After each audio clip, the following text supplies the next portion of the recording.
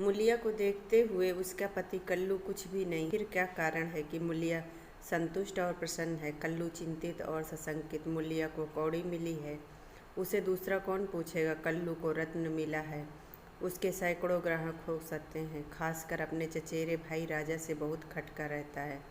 राजा रूपवान है, रसिक है, बातचीत में कुशल है, स्त्रियों को रिझाना जानता है। इससे कल्लू मूलिया को बाहर नहीं निकलने देता। उस पर किसी की निगाह भी पड़ जाए वह उसे असह्य है। अब वह दिन रात मेहनत करता है जिससे मूलिया को किसी बात का कष्ट ना हो। उसे ना जाने किस पूर्व जन्म के संस्कार से ऐसी स्त्री मिल गई है, उस पर प्राणों को न्यौछावर कर देना चाहता है। मूलिया कभी सिर भी दुखता तो उसकी जान निकल जाती। मूलिया का भी यही हाल है। जब तक वह घर नहीं आता मछली की भांति तड़पती रहती। गांव में कितने ही युवक हैं जो मूलिया से छेड़छाड़ करते रहते हैं,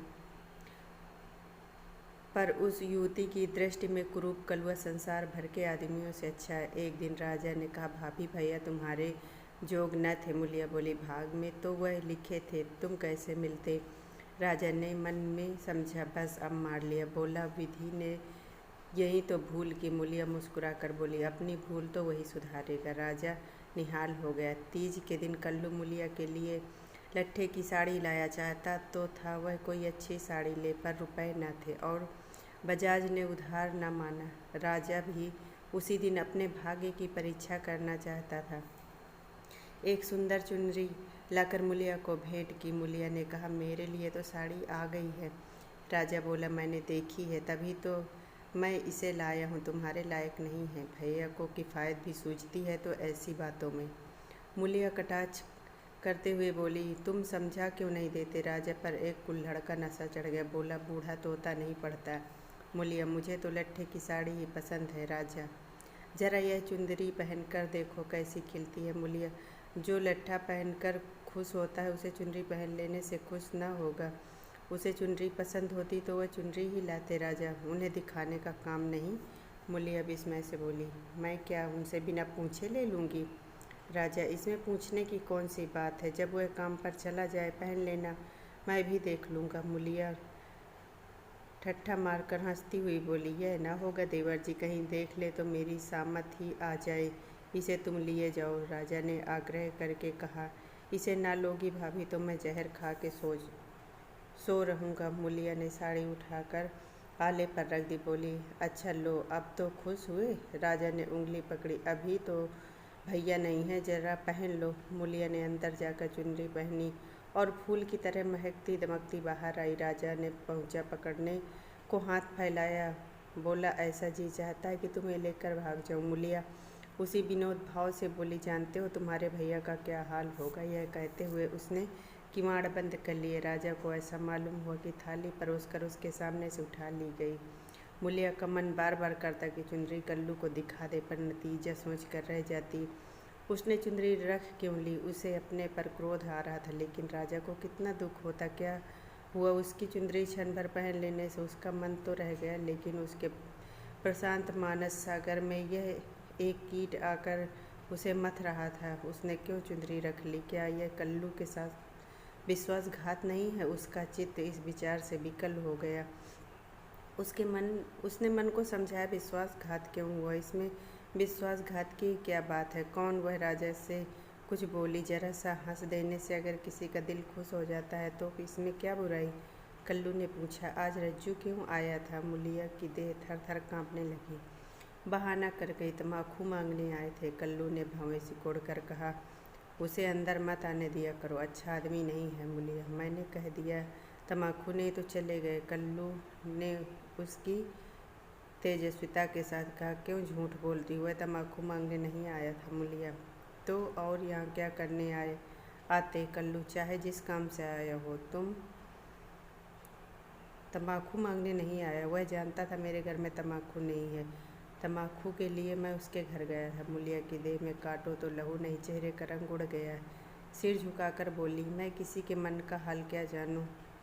आज तीज का व्रत जगा था। मूलिया पूजा का सामान कर रही थी, पर इस तरह जैसे मन में जरा भी उत्साह, जरा श्रद्धा नहीं। उसे ऐसा मालूम हो रहा था उसके मुख में कालिमा पुत गई और अब वह कल्लू की आंखों में गिर गई थी। उसे अपना जीवन निराधार सा जान पड़ता। सोचने लगी, भगवान ने मुझे यह रूप क्यों दिया? यह रूप न होता तो राजा क्यों मेरे पीछे पड़ता, और क्यों आज मेरी यह गत होती? मैं काली कुरूप रहकर इससे कहीं सुखी रहती।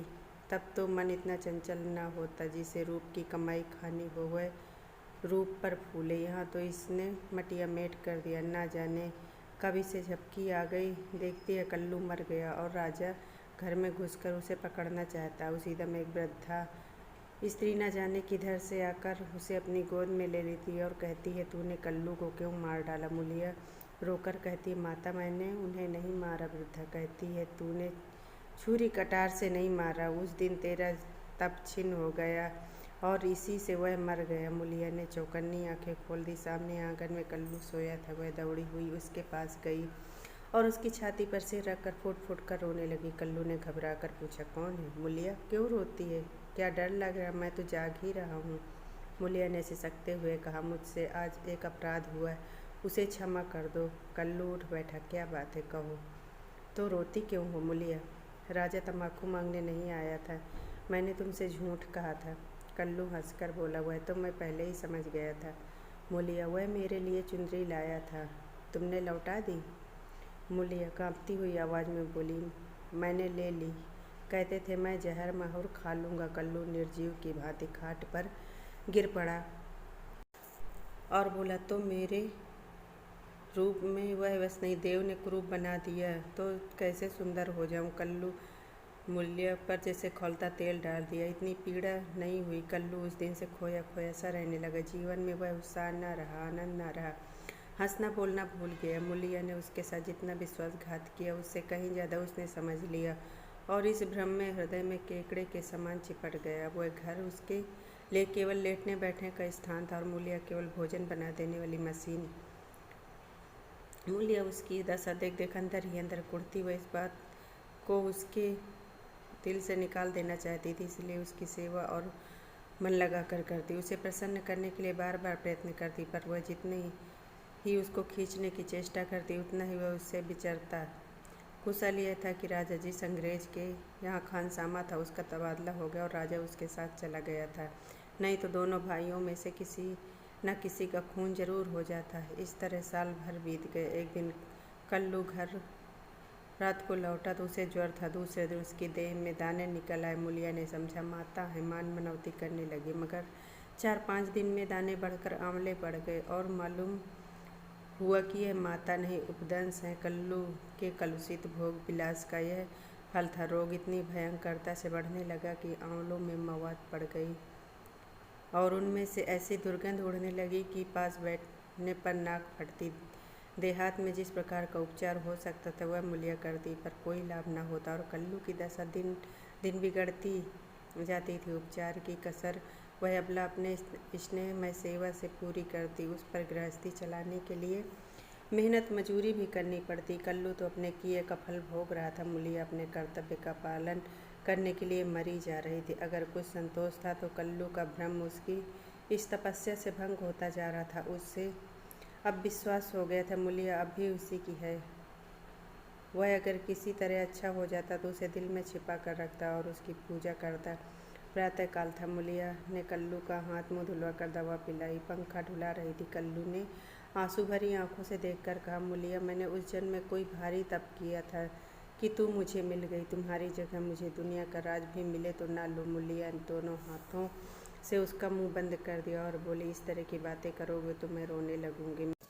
मेरे धन्य भाग की तुम जैसा स्वामी मिला। यह कहते हुए दोनों हाथों से पति के गले में लिपट गई। फिर बोली, भगवान ने मुझे मेरे पापों का दंड दिया। कल्लू ने उत्सुकता से पूछा, सच कह दो मूला, राजा और तुम में क्या मामला था? मूलिया ने विस्मित होकर कहा, मेरे और उनके बीच कोई मामला नहीं है। हुआ तो भगवान मेरी यह गति करे। उन्होंने मुझे चुंदरी दी, मैंने ले लिया और फिर मैंने उसे आग में जला दिया। तब से मैं उनसे बोली भी नहीं। कल्लू ठंडी सांस खींचकर बोला, मैं तो कुछ और ही समझ गया था। तुम्हें पाप लगाकर मैं खुद पाप में फंस गया और उसका फल भोग रहा हूँ। मूलिया आंसू की लड़ियाँ बहाकर सुनने लगी। अगर पति की चिंता न होती तो उसने विष खा लिया होता। कई महीने बाद राजा छुट्टी में घर आया और कल्लू की घातक बीमारी का हाल सुना तो खुश हुआ। तीमारदारी के बहाने कल्लू के घर आने जाने लगा। कल्लू उसे देखकर मुंह फेर लेता, लेकिन फिर भी वह दिन में 2-4 बार पहुंच ही जाता। एक दिन मूला खाना बना रही थी, जाकर रसोई के द्वार में खड़ा हो गया और बोला, भाभी अब भी मुझ पर दया ना करोगी? इतनी बेरहम क्यों हो? कई दिन से तुम्हें खोज रहा हूँ। भैया तो अब अच्छे नहीं होंगे, इनके साथ क्यों अपनी ज़िंदगी ख़राब कर रहे हो? तुम्हारी फूल सी देह सूख गई है, चलो मेरे साथ ज़िंदगी के मज़े लो, ये जवानी बहुत दिन न रहेगी। ये देखो तुम्हारे लिए एक करण फूल लाया हूँ, ज़रा पहन कर दिखा दो। उसने करण फूल मूलिया की ओर बढ़ा दिया। मूलिया ने उसकी ओर देखा भी नहीं, चूल्हे की ओर ताकती हुई बोली, लाला तुम्हारे पैर पड़ती हूँ, मुझे मत छेड़ो, यह सारी विपत्ति तुम्हारी लाई हुई है, तुम ही मेरे शत्रु हो। आज फिर तुम्हें लाज नहीं आई? कहते हो भैया किस काम के हैं? मुझे तो पहले से ज़्यादा अच्छे लगते हैं। मैं न होती तो वह दूसरी सगाई कर लाते, अपने हाथों ठोक खाते। आज मैं ही उनका आधार हूँ, वह मेरे सहारे जीते हैं। अगर मैं उन्हें इस संकट में दगा करूँ तो मुझसे बढ़कर अधम कौन होगा? मैं जानती हूँ इस संकट का कारण भी मैं हूँ। राजा ने हंसकर कहा, यह तो वही हुआ जैसे कि किसी की दाल गिर गई और फिर भी तुम्हें सूखी अच्छी लगती। मूलिया सिर उठाकर उसके तरफ देखते, उनके पैरों की धूल के बराबर नहीं लगते। लाला तुम क्या कहते? उजले कपड़े और चिकने मुखड़े से कोई आदमी सुंदर नहीं होता? मेरी आंखों में तो उनके बराबर कोई दिखाई नहीं देता। कल्लू ने पुकारा, मूला थोड़ा पानी पिला दो। वह पानी लेकर दौड़ी और चलते चलते करण फूल में ऐसा ठोकर लगा कि आंगन में जाकर गिरे। वह क्रोध से उठाकर चल दिया। रोग दिन बर दिन बढ़ता गया और कोढ़ बन गया। आखिर एक दिन परवाना आ पहुंचा। मूलिया घर का काम धंधा करके आई, देखा तो कल्लू की सांसें चल रही। घबरा कर बोली, कैसा जी है तुम्हारा? कल्लू ने सजल और दीनता भरी आंखों से देखा, हाथ जोड़कर सिर नीचा कर लिया। यही अंतिम विदाई थी। मूलिया उसके सीने पर सिर रख कर रोने लगी और उन्माद की दशा में उसे आहत हृदय से रक्त की बूंदों के समान शब्द निकलने लगे। तुमने इतना भी नहीं देखा गया, भगवान उस पर न्यायी और दयालु कहलाते हो। यही खेल खेलने के लिए, हाय नाथ, तुम तो इतने निष्ठुर हो गए, मुझे अकेले छोड़कर चले जा रहे हो। अब कौन मूला कहकर पुकारेगा? किसके लिए कुएं से पानी खींचूंगी? किसे बैठाकर खिलाऊंगी, पंखा ढुलाऊंगी? सारा गांव जमा हो गया, सभी समझा रहे थे। मूला ने धैर्य न होता था। शव की अंतिम क्रिया की तैयारियां होने लगी। कल्लू को मरे 6 महीने हो गए। मूलिया अपना कमाती, अपना खाती और घर में पड़ी रहती। दिन भर काम धंधे से छुट्टी नहीं मिलती। हाँ, रात में एकांत में रो लिया करती। उधर राजा की स्त्री मर गई, मगर 2-4 दिन के बाद वह फिर छैला बनकर घूमने लगा। अब तो और भी छूटा साण हो गया। पहले स्त्री से झगड़ा होने का डर था, अब तो वह भी नहीं।